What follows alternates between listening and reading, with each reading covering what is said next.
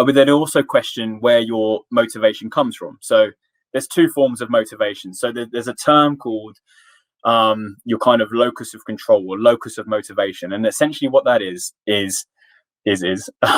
where you're attributing your motivation to. So those that have an external focus or an external locus will attribute it to getting rewards, getting to other people's praise. That's how I get motivation. There's that other side of it where you get an internal locus or an internal focus, and that is actually something that's driven within you. You provide your own level of motivation. You don't need someone else to provide that motivation for you. So they're the two forms. And what I would say is, if you go on to look at elite behaviors, elite sports people, whether that's in Olympics, football, rugby, it doesn't matter what the sport is, you'll find high intrinsic kind of levels of concentration and motivation. So that's the one we need to try and focus on. And what I would say is, in order to get that, in order to try and channel that, is focusing on structure, focusing on those clear goals you want to set each day, feeling okay if you're struggling. Like it's perfectly normal to have those days where you're feeling a bit down, you're feeling a bit fatigued, you're feeling like you're struggling, but actually identifying that, sitting with it and being okay with that is also a crucial thing to do in those moments.